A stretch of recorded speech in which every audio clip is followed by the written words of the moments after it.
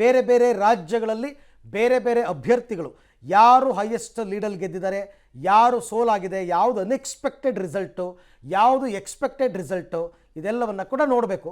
ಮೊದಲನೇದಾಗಿ ನಾವು ಪ್ರಧಾನಮಂತ್ರಿಯಿಂದನೇ ಆರಂಭ ಮಾಡಿಬೋಣ.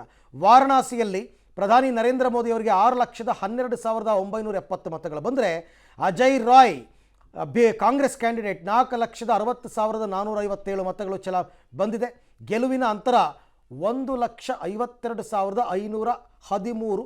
ಇದು ನನ್ನ ಪ್ರಕಾರ ಇನ್ನೂ ಜಾಸ್ತಿ ಆಗಬೇಕಾಗಿತ್ತು. ಕನಿಷ್ಠ 2.5 3 ಲಕ್ಷ ಲೀಡಲ್ಲಾದರೂ ಗೆಲ್ಲಬೇಕಾಗಿತ್ತು, ಬಟ್ ಕಡಿಮೆ ಆಯಿತು. ಓಕೆ, ರಾಯ್ಬರೇಲಿ ತೀವ್ರ ಕುತೂಹಲ ಕೆರಳಿಸಿದಂತಹ ಕ್ಷೇತ್ರ. ಇಲ್ಲಿ ರಾಹುಲ್ ಗಾಂಧಿ ಅವರು ಸ್ಪರ್ಧೆ ಮಾಡಿದ್ರು. 6,84,598 ಮತಗಳನ್ನು ಪಡೆದಿದ್ದಾರೆ. ಅವರ ವಿರುದ್ಧ ದಿನೇಶ್ ಪ್ರತಾಪ್ ಸಿಂಗ್ ಅವರು ಸ್ಪರ್ಧೆ ಮಾಡಿದ್ರು. ಅವರು ಪಡೆದಂತಹ ಮತವನ್ನು ಗಮನಿಸ್ತಾ ಇದ್ದೀರಿ, 2,95,856 ಮತಗಳು.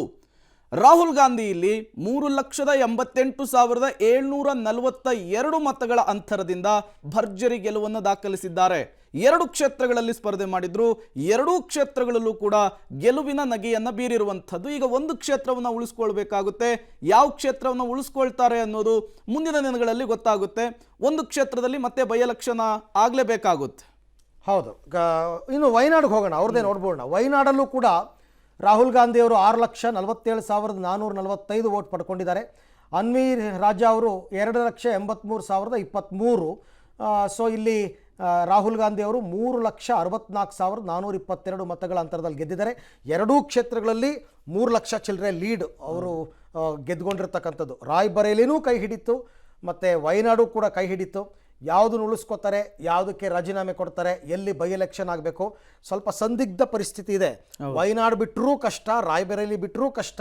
ಯಾಕಂದರೆ ಸಂಕಷ್ಟದ ಸಮಯದಲ್ಲಿ ವಯನಾಡು ಜನ ಇವರು ಕೈ ಹಿಡಿದಿದ್ರು. ಆಯ್ತಾ? ಈಗ ರಾಯ್ಬರೇಲಿ ಅವರ ಸಾಂಪ್ರದಾಯಿಕ ಕುಟುಂಬದ ಕ್ಷೇತ್ರ. ಯಾವುದು ಬಿಡ್ತಾರೆ, ಯಾವುದನ್ನು ಇಟ್ಕೋತಾರೆ ಅಂತಕ್ಕಂಥದ್ದು ಗೊತ್ತಿಲ್ಲ. ಬಟ್ ಒಂದಕ್ಕಂತೂ ರಾಜೀನಾಮೆ ಕೊಡಲೇಬೇಕು. ಓಕೆ, ಅಮೇಠಿ ಮತ್ತೊಂದು ಕುತೂಹಲದ ಕ್ಷೇತ್ರವಾಗಿತ್ತು. ಇಲ್ಲಿ KL ಶರ್ಮಾ ಅಂತೇಳಿ ಇವರು ಗಾಂಧಿ ಕುಟುಂಬದ ಅತ್ಯಂತ ಆಪ್ತರಾಗಿದ್ದರು. ಅವರನ್ನು ಕಣಕ್ಕಿಳಿಸಲಾಗಿತ್ತು. ಕಳೆದ ಬಾರಿ ರಾಹುಲ್ ಗಾಂಧಿ ಇಲ್ಲಿ ಸ್ಪರ್ಧೆಯನ್ನು ಮಾಡಿದ್ರು, ಸೋತಿದ್ರು ಸ್ಮೃತಿ ಇರಾನಿ ವಿರುದ್ಧ. KL ಶರ್ಮಾ ಪಡೆದಿರುವಂತಹ ಮತಗಳನ್ನು ಗಮನಿಸ್ತಾ ಇದ್ರಿ, 5,24,892. ಕಳೆದ ಬಾರಿ ಗೆಲುವಿನ ನಗೆ ಬೀರಿದಂತಹ ಸ್ಮೃತಿ ಇರಾನಿ 3,63,626 ಮತಗಳನ್ನು ಪಡೆದಿದ್ದಾರೆ. ಈ ಮೂಲಕ ಅಮೇಠಿಯಲ್ಲಿ KL ಶರ್ಮಾ ಅವರು 1,61,266 ಮತಗಳಿಂದ ಗೆಲುವಿನ ನಗೆಯನ್ನ ಬೀರಿರುವಂಥದ್ದು. ಇಲ್ಲಿ ಪ್ರಿಯಾಂಕಾ ಗಾಂಧಿ ಸ್ಪರ್ಧೆ ಮಾಡ್ತಾರೆ ಅನ್ನುವಂತಹ ಚರ್ಚೆ ಇತ್ತು, ಬಟ್ ಗಾಂಧಿ ಕುಟುಂಬದ ಆಪ್ತರಿಗೆ ಟಿಕೆಟ್ ಅನ್ನು ಕೊಡಲಾಯಿತು. ಇನ್ನು ಗಾಂಧಿನಗರದಲ್ಲಿ ಅಮಿತ್ ಶಾ ಅವರು ಸ್ಪರ್ಧೆ ಮಾಡಿದರು. 10,10,972 ವೋಟ್ ಪಡ್ಕೊಂಡಿದ್ದಾರೆ.